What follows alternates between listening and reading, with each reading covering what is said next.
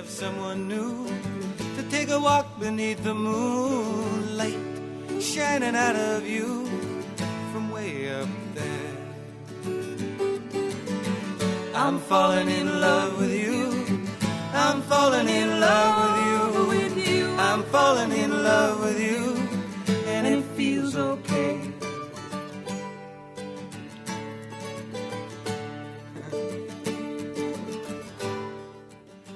And it feels okay. Good morning, and welcome to Connections Radio Show, where we talk about ideas that matter. We also enjoy music. I love that song. Larry Long is with us today, and he wrote that song, and it's just such a playful and delightful Minnesota song. It feels okay. Yes, it does. It's sort of a surprise, you know, almost. Love does do that to you. It kind of gets you so excited you feel okay about it. Yeah. But I love the Minnesota sort of, you feel okay. It's not like it's okay. I feel ecstatic. No, I feel okay. It feels okay. It's like a surprise. Compared to, well, what do you know? That's different. Well, we're glad that you've made the connection today. And I guess part of our connection is love connection, but we'll also be talking about the river connection. And we'll be exploring the river. And I'm glad that you're going to explore it with us. We do like to explore a wide range of topics that challenge us to see ourselves, our community, and the world around us, that get us thinking, get us playful, get us talking, and perhaps inspired or challenged to do just a bit more because we're making the connections. So hosting with me today is Rick Bernardo, who is a musician, an ethicist, a teacher, a community advocate. And you have helped launch this series in terms of looking at music making a difference. So I know that you have some thoughts on that, and I'd love to have you share that. Well, I worked many years starting in music on stage, opening for certain performers in the Bay Area of San Francisco, but also in the comedy. And I always, at the time, was studying theology, so I wrote and thought a lot about those connections between the creative aspect of life and everything from scientific discovery to how you create laughter, to how you create feelings and thoughts in people through music. And all of those share a revelatory aspect of showing something or shining light on something that people weren't thinking or feeling before. And I was going back to one of the most well-known theologians, Walter Brueggemann. That's a good German name. But he's an American theologian that's written a ton on the prophetic voice. And that is exactly what we're hearing in some of this music. And it reminds me of the role of the troubadour, which is Larry Long, who we have here today. Walter Brueggemann says the prophetic tasks are to tell the truth in a society that lives in illusion, to grieve in a society that practices denial, and to express hope in a society that's living in despair. And those are all of the cylinders that we're hearing in the music today. And Larry's music, by the way, welcome, Larry. Larry Long is a singer-songwriter, a spoken word poet, educator, activist, storyteller. He's well-traveled across the world, and wherever he goes, he celebrates people and places in song. And your music seems to get through a lot of tangled places. It gets us through some of the barbed wire that I think people can put up about thinking about things and having empathy towards others and finding that relationship that we have to others, as well as maybe what's our nickel in the quarter in terms of the challenges that they faced, and how do we change that? How do we look at our own selves as well as being able to make a connection to others? So I want to first just thank you for the music that you do and being with us for these shows, and we've got more coming up. We appreciate you being here. Yeah, thank you. And Scotty's here. Hi. Hi. Scotty works with our friend Larry, and you work with Rock the Cause. You're a record producer, and you're working with Larry to remaster the classics. Yeah, we've been working with Larry to go through what we call back catalog in the industry and really take a look at that music that has not been released or possibly even widely shared with the public for many, many years. We are in that digital age, so making sure the music is out there and available for everybody. And it's like you said, Larry really truly fits that mold of the classic troubadour. And I think, we always find, once every generation, twice every generation, we stop and we say, well, here's this music that's been with us for so long. Here's this artist that, has been around for decades, potentially in their later years, but there's this canon of music here to be celebrated. And sometimes we make really wonderful new old discoveries through that. But it's also about preserving the legacy of music and weaving. Larry is one of these people that he spent time with Pete Seeger. He spent time with all of the folk greats over the years. And when many of those, folkies were out there, in tour buses, et cetera, Larry was really the person going around doing, the critical activism work. The community work. The community work, absolutely. So that's really, in some ways, his legacy, and it deserves to be celebrated. And you can get his music digitally worldwide, everywhere. So, Larry, do you want to set this song coming up, or do you want me just to go right to the song and we can talk about it right after it? Because it's the Blue Highway, and it's about our Mississippi River. It'd be good to play it. Okay. Yeah. Let's do that. It's like music. Why not? Dan, I'm going to have you play the whole It's like music. Blue Highway, the full song.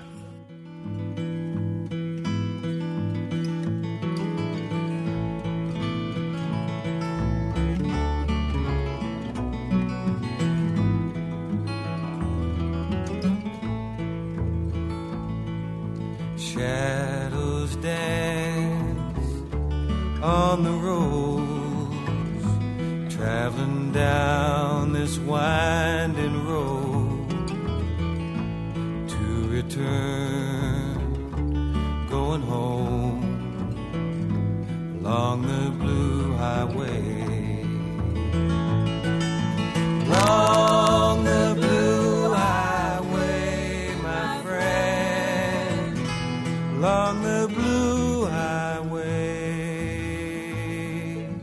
to return back again, along the Blue Highway,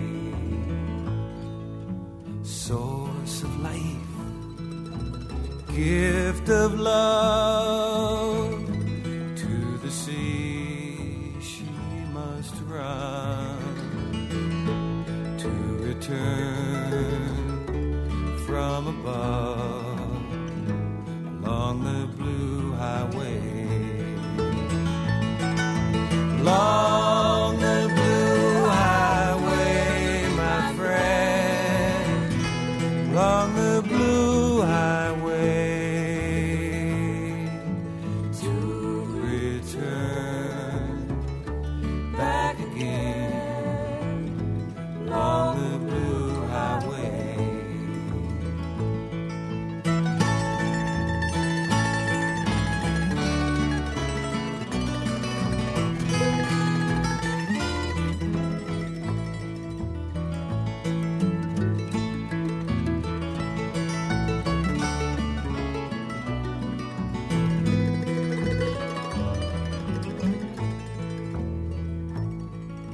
Black and white, red and yellow, blue above, green below, all are one within her flow,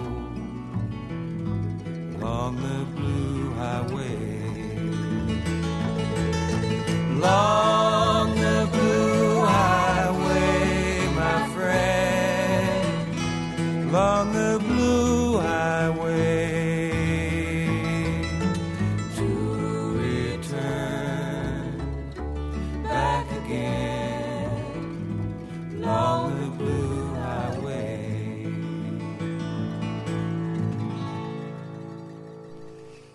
One of my favorite lines in there is source of life, gift of love. Such a beautiful song. My favorite is to return from above.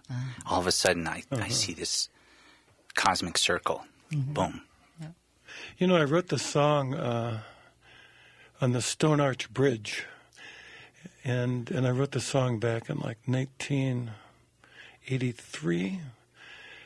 And at that time, the Stone Arch Bridge, which was built during the WPA and of World War II in the Depression era, that beautiful Stone Arch Bridge. But at that time, there were barbed wire fences on both sides of the Stone Arch Bridge with no trespassing signs, which for a troubadour tells you I need to go through to the other side. I see a barbed wire that I need to sneak through. and I did, and I climbed across, and that's where I'd practice my guitar and play alone on the Stone Arch Bridge, you know, looking down on St. Anthony Falls, which is the farthest drop of the entire Mississippi River.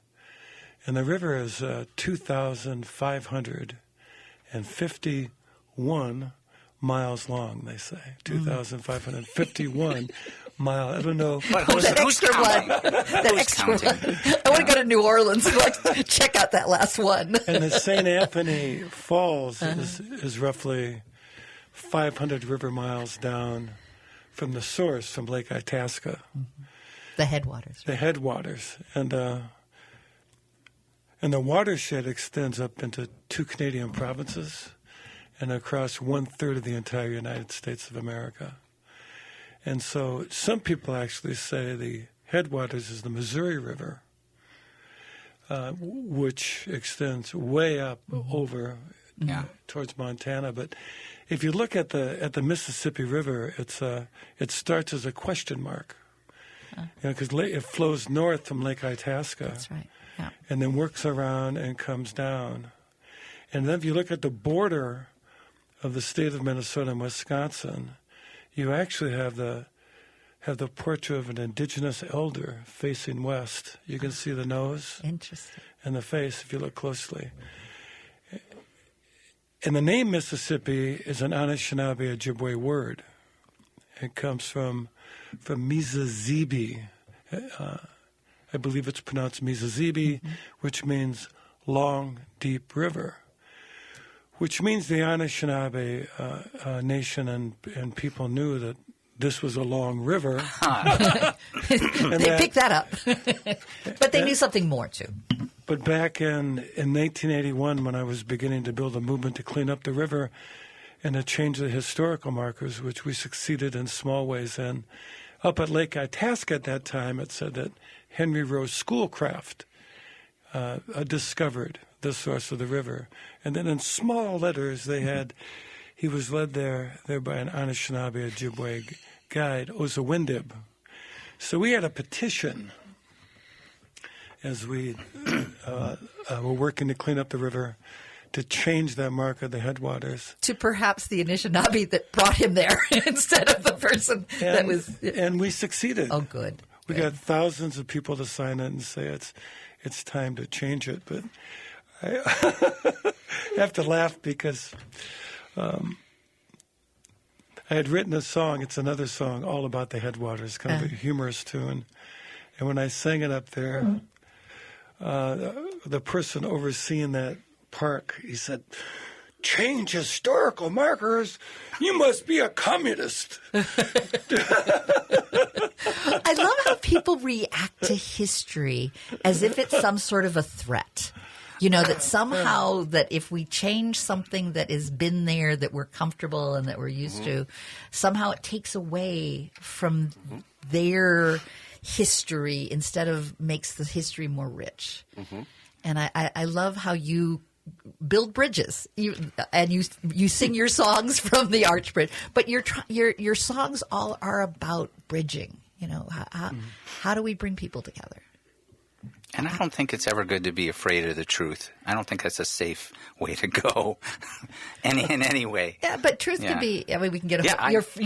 your philosophy of like, is truth agreement? Is we don't. It's hard. Is I'm there not saying it's a easy. greater truth? But how do we create a No, shared the truth is a two-edged sword. Ouch. You know, in a sense, and it's a friend just gave me a book called small pocketbook called The Four Agreements. Oh, yeah. Sure. And I know it's been out for a long time, but I hadn't really looked at it, and it's simply 4 things that I think pertain Yeah. to what we're talking Be true to your word. talking about is be impeccable with your word. Yes. And with your word, you can either use your word to lift up others, or if you get engaged in gossip, you can end up tearing apart others. And that and the word is so permanent once it's spoken. And the second principle is don't take anything personally. And I think that's really what it's about, is that people, we all tend to take things personally, and society in a larger way does too, that they say, well, that historical marker, is it correct? And somehow the dominant culture takes it very personally. So what do you mean? Yeah. Are you calling me a liar? Or And so they personalize it too much instead of realizing that the truth will set you free and will make us all better human beings. Yeah. Fear is the great disabler. You know, it's something that all of us share in common, is fear. That emotion that, we feel a lot of emotions in common, but fear is something that disables society, disables people, disables meaningful conversation, disables meaningful connections with people. Fear is a disability that we all share in common. What I love, though, is I can't remember a time when I listened to music that I was afraid. Oh, that's interesting. I can't think of yeah. a time that I became fearful when listening to music, and I think there's something magical about that.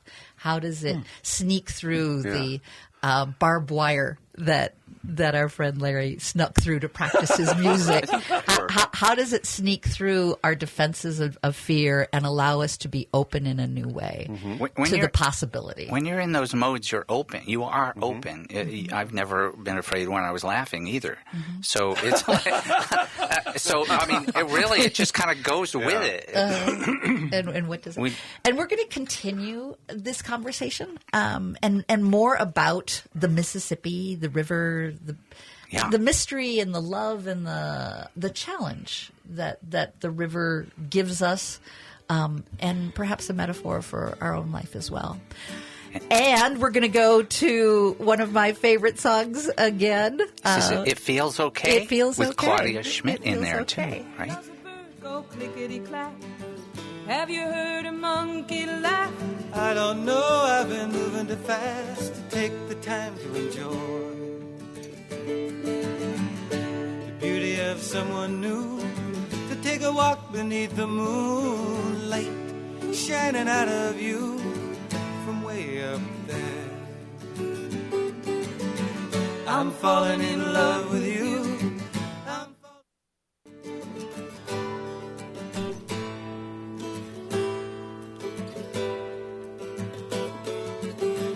Butterfly, a flaming rose, building dreams, playing storm. I am yours to love and hold for a long, long time. Would you like to go to the zoo when the evening sky turns blue from the fire? Welcome back to Connections Radio Show, where we talk about ideas that matter. And our topic today is continuing on our series of music making a difference. And we're exploring this topic with Larry Long, who is a singer, songwriter, spoken word poet, educator, activist, and storyteller. Welcome, Larry. We're glad you're here. And Rick Bernard is my host with me today. Hello. Who's designed this series, and we appreciate you bringing music to bring a greater awareness of community activism and making a difference. We've talked a little bit about how it's really just comes down to love and fear, doesn't it? I mean, the very essence. Yeah, and there are deep cultural tools that are phenomena such as music and laughter and worship and all kinds of things that not just get us going, but create who we can be. They open doors to possibilities of action and further inspiration. So, and speaking of which, that was It Feels Okay music that we just heard by Larry Long. That is also from the the album, the same album that we were just listening to, the Blue Highway came from. Run for Freedom. Run for Freedom. And Scotty Harold's here, Hi. who produces music and produced that album. He's with Rock the Cause, record producer, working with Larry to remaster the classics. Yeah, we're getting those out there. Yeah. Yep, I'm actually a philanthropic person in the music industry, which is a whole other conversation unto itself. Because the music industry is not set up to serve humanity, and I'm, sometimes that fave that's out there. Yeah. It's the industry part. Yeah. Yeah. Doing cool stuff. Very cool stuff. And our last segment, we were talking about Blue Highway, and we're going to hear a segment of that in just a bit. But I'd love to have Larry share a little bit about what the cleanup efforts that you were doing on the river to help make the river beautiful again when we were not at a beautiful place. Well, I became really dear friends with Pete Seeger. And, Pete Seeger was involved in We Shall Overcome, bringing that out into the world with Guy Carawan and others. He wrote If I Had a Hammer, Turn, Turn, Turn. But Pete Seeger was the real thing. He was, I would say that he would be the father of folk music of America in many ways, also with the help of Woody Guthrie and Lomax. But I was visiting Pete Seeger out in Beacon, New York, and he started a campaign called the Clearwater Project. And they built a gaff rig sloop that still sails up and down the Hudson River. And it's 105 feet long, 170 feet tall. And they take out school children out on the Hudson and people from different communities out to learn about the history and also the environment and what they can do to improve the water quality and the culture for the people. Anyway, I was with Pete Seeger. Him and his wife, Toshi Seeger, built a log cabin back in the McCarthy era when he was blacklisted. And I was with him, and he took me down to the banks of the Hudson River and started to tell me the story about how they built this gaff rig sloop, with the help of thousands of people chipping in time and money. And while he was telling me the story, he began to bend down and pick up trash along the shoreline while he's telling the story. And he's walking between the legs of fishermen while he's doing it. And Excuse me, pardon me. I just want to pick this up. And to keep up with Pete Seeger's story, I had to bend down too, and I began picking up trash. And then the fishermen got so enthused by this eccentric old guy with a banjo on his back picking up trash. They laid down their fishing poles and began picking up trash too. And by the end of the story, about a dozen fishermen and I and Pete had cleaned up that little portion of the Hudson River, and then we gathered it up and we hauled it off. I was so impressed by that idea, I took it back to the Mississippi River, and I began to organize river cleanups based upon that principle of what I saw Pete Seeger do. So we brought together a lot of musicians and singers and poets, community people, and we would have river cleanups. And we hauled thousands of tons of trash off the Mississippi River over the course of the 1980s. Wow. And we organized communities all the way from Bemidji, Grand Rapids, St. Cloud, Minneapolis, all the way down to the Quad Cities of Iowa. And what we did is that we would, and that eventually led to flotillas. And so I canoed down the upper Mississippi River on a flotilla, and people would join us at different parts of the river. And what we would do is that we canoed from Lake Itasca to Bemidji. When we arrived, there was a river cleanup. We would put piles of trash by the stage while local artists and singers and performers would sing. We would haul the trash off, recycle it, get back in the river, and keep going down. And so we became this thread of a patchwork quilt, in a way, of our nation and of the Midwest. Because when you think of the Mississippi River, I mean, it's the main artery. It's our heart. It's our heart. It's the main artery. Yeah. And what we do to the land, we do to the water. What we do to our flesh, we do to our blood. And it's all related. It's all related. And it brings together the history of rural America with that of urban communities. And so it was a way to bring together the many cultures that call this part of the world home, also to acknowledge the importance that water is life, and that the history of the river includes us all, not just a few, but all of us, and trying to embrace that. I love that you're bringing culture and the environment together, art and music and artists, to make a difference, to look at a problem and go, we can do something. And we should, and we can, and we can do it in an interesting way. I've been really thinking about trying to resurrect this movement because it was so powerful. Because on the flotilla, when we arrived in Minneapolis, we were 90% indigenous. People from the American Indian movement joined in with their canoes. And so with each leg, the flotilla shifted based upon the cultures and the communities that we were coming into. And so much of the environmental movement is really, and when you look at it, it's pretty much dominated a lot by dominant white culture. And a lot of the elements of indigenous and also African American and Latin American culture has not been included. And so when you begin to move with that intentionality, you get engagement.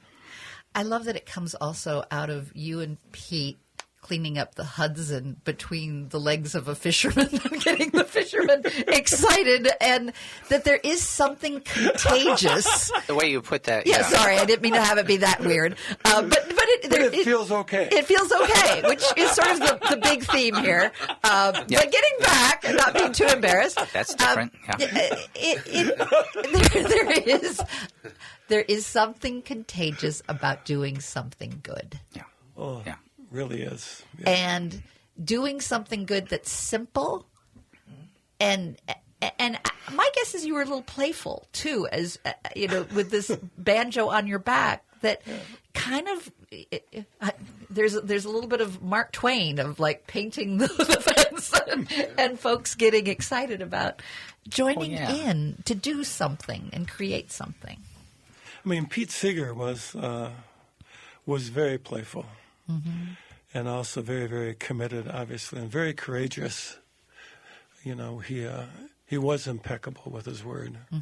And so he gave us, those are strong shoulders, to try to stand upon and to try to carry on. Pete was amazing in that way.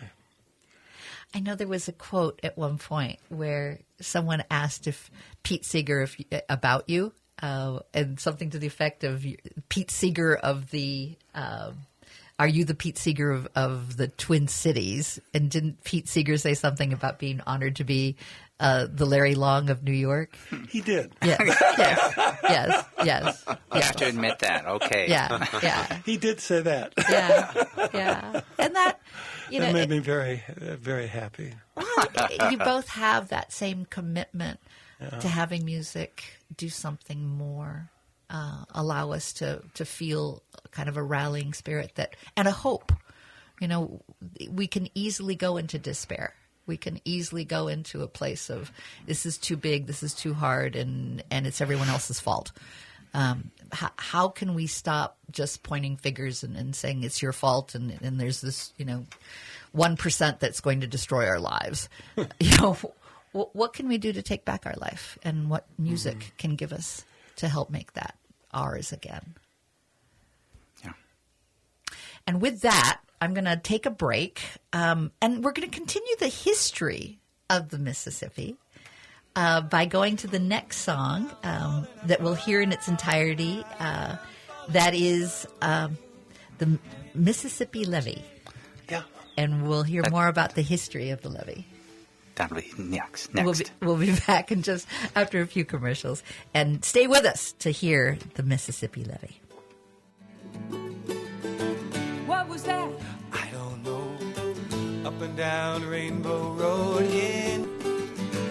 I'm falling in love with you. I'm falling in love with you. I'm falling in love with you. And it feels okay. I'm falling in love with you. and it feels okay is a good theme to be on.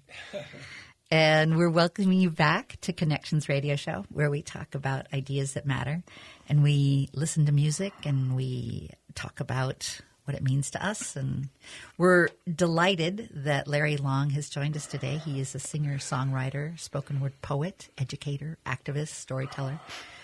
And we're continuing our series on music making a difference. And that has been designed and supported by my co-host, Rick Bernardo, who's a musician, ethicist, teacher, community advocate, radio host. Oh, that. Yes. And that was that It Feels Okay was from Run for Freedom, Larry's remastered, reissued long ago album that sounds gorgeous. And that was Claudia Schmidt singing with you right before she starts laughing. Listen to that whole song, everybody. It's a great song. Actually, I wrote that song for Claudia. Oh. We toured together in the 1980s, and actually I brought her back to Minneapolis at the Dakota Jazz Club with American Roots Review, in which she sang with us. And actually we'll be returning to the Dakota on January 13th of 2024. The both of you? No, just poor old me. Okay. All alone. That's okay. I'll be there, Larry. You won't be completely alone. How's that? No, but that was Claudia Schmidt singing it as a duet with me. And then on bass is Billy Peterson. Oh. And also Peter Ostrushko on mandolin. Wow. Both of whom played on Dylan's Blood on the Tracks. And then Clay Reines out of Wisconsin was playing guitar with me. We were both playing guitar. It's beautiful. Just a beautiful, lovely tune. And it was actually produced by Marianne Moore. Oh. By Marianne Moore. Yeah. That's okay, too. That is okay. That is okay. We've sort of been going down this river of thought, as well as supporting ideas around the Mississippi River. And love, fear, community, doing something bigger than ourselves has been our conversation. At the very first segment, we talked a little bit about changing the marker at the headwaters and having it have more of the honor going to the folks that actually had discovered the headwaters. But sometimes history and changing history can make people uncomfortable. You know, we see in Florida and other states history being something that is not welcome. We want to just not have anyone feel uncomfortable. And it's not necessarily to make people feel guilty, which is the automatic, knee-jerk reaction. It hopefully expands our awareness, expands our empathy. It makes us bigger rather than smaller. And your music helps us, I think, create a better sense of understanding and empathy. The song that we're going to be playing next is about some maybe history that some people don't know about the river, and some people don't know about how the levee was created, and even what the levee is. So what I'd like to do is go ahead and play the full song, and then, Larry, share with us some of this history about things we might not know. Thank you. Leaning on a shovel with my bare feet on. One of these days I'm gonna be gone, working on the Mississippi levee. I miss my mama, I miss my pa. When the day is done, I can barely crawl.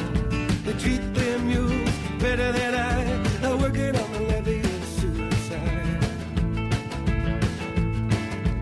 One by one, I watch men fall, and then I hear the boss man call.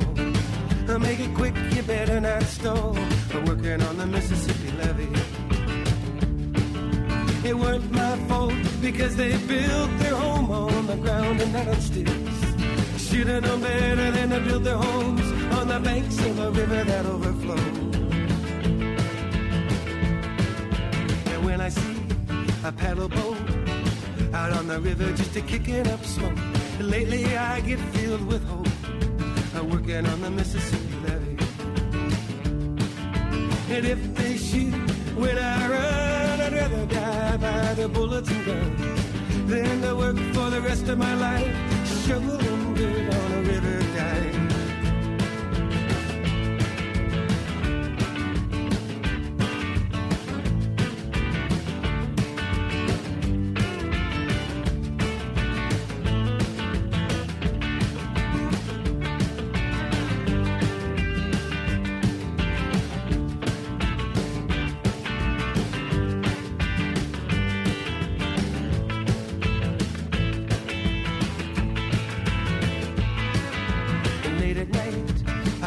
Dream of the woman I love, she's a Cajun queen. Skin so dark, part Cherokee, working on the Mississippi levee.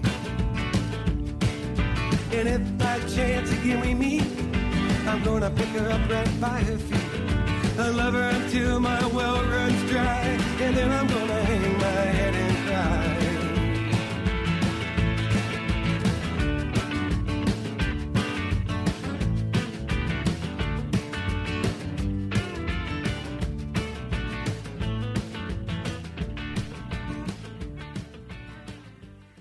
Good song.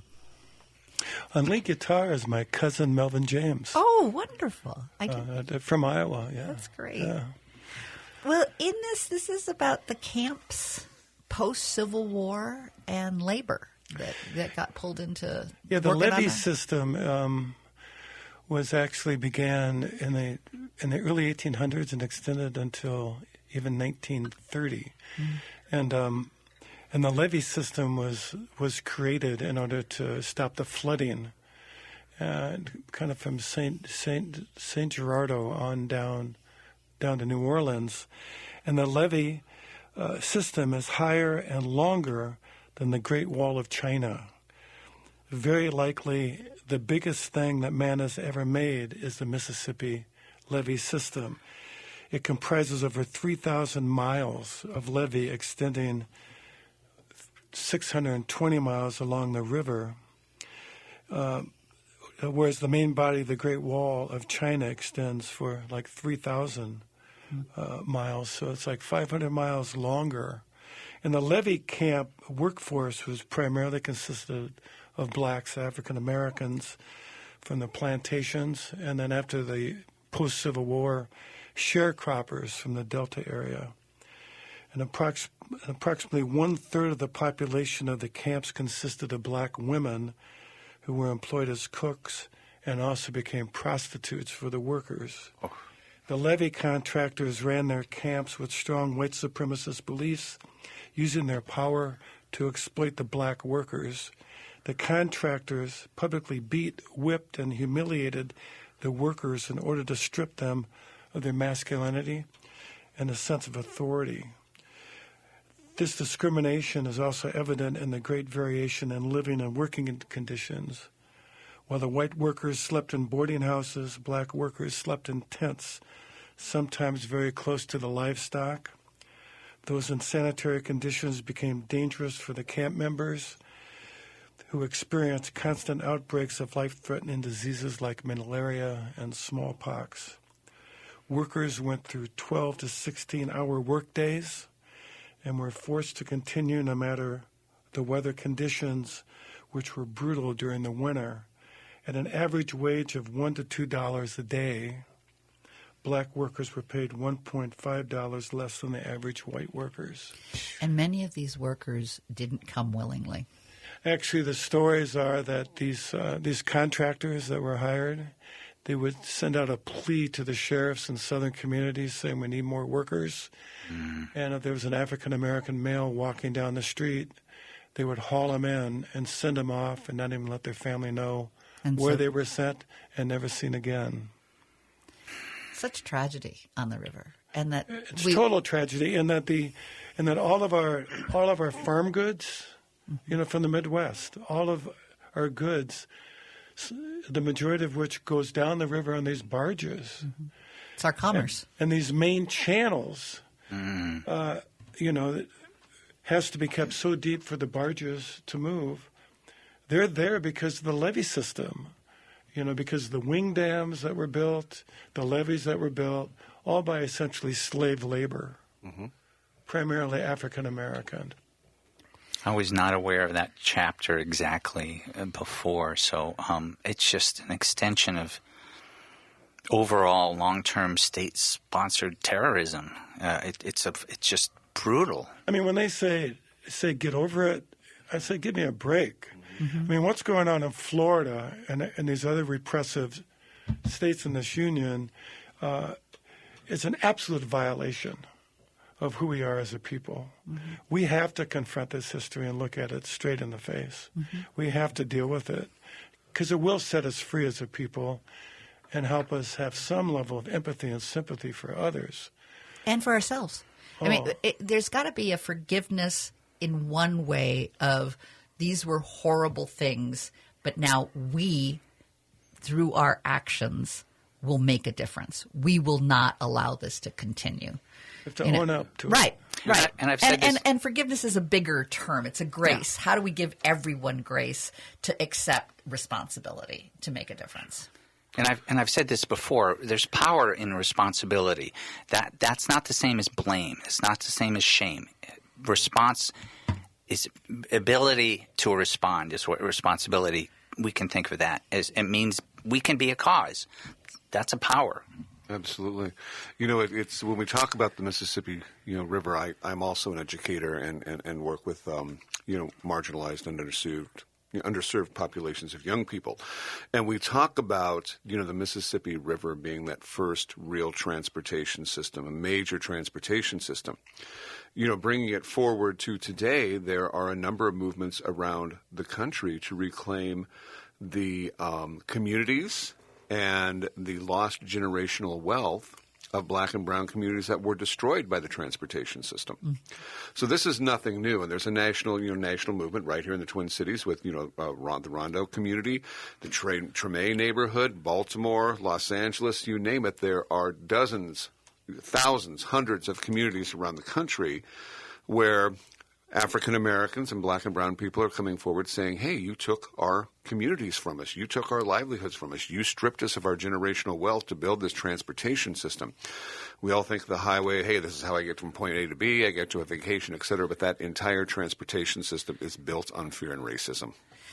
I love how when I hear this song, I'm pulled into the song and I have great empathy for this, horrific work this man needed to do and the longing he had for his loved one that he wasn't sure he'd ever see again. And at the same point, I don't, again, it's music doesn't make you afraid. Music somehow inspires. Music somehow says this needs to be different. And I think that's my biggest takeaway is how can our music continue to create that same sort of inspiration to make a difference? And especially on the Mississippi. And so we've been with Larry Long, but also Scott Harold, CEO of Rock the Cause Records. So thanks both for your contributions. And I would just want to draw that circle again of the prophetic role of music and the troubadour and all the arts, actually. But in this case, we think of prophecy sometimes as fortune telling, and it's really just about going deeper. And it has that revelatory, easier for me to say, aspect of that can free us. And before we go, I want to make sure people know how to get a hold of the music. Yeah. Absolutely. You can find the most recently released that we've done with Rock the Cause Records is Run for Freedom by Larry Long. You can get it on iTunes, Apple Music, Spotify, Tidal, all of the usual suspects of where you stream and download music. It's everywhere. So search artist Larry Long, Run for Freedom. And Larry, thank you for your willingness to come and share not only your music, but your stories and your insights. We look forward to having you come back again because this is not the last time we're going to go on our adventure. And I thank you for all that you do. Thank you. And we'll listen to my favorite song. Still okay. It's still okay.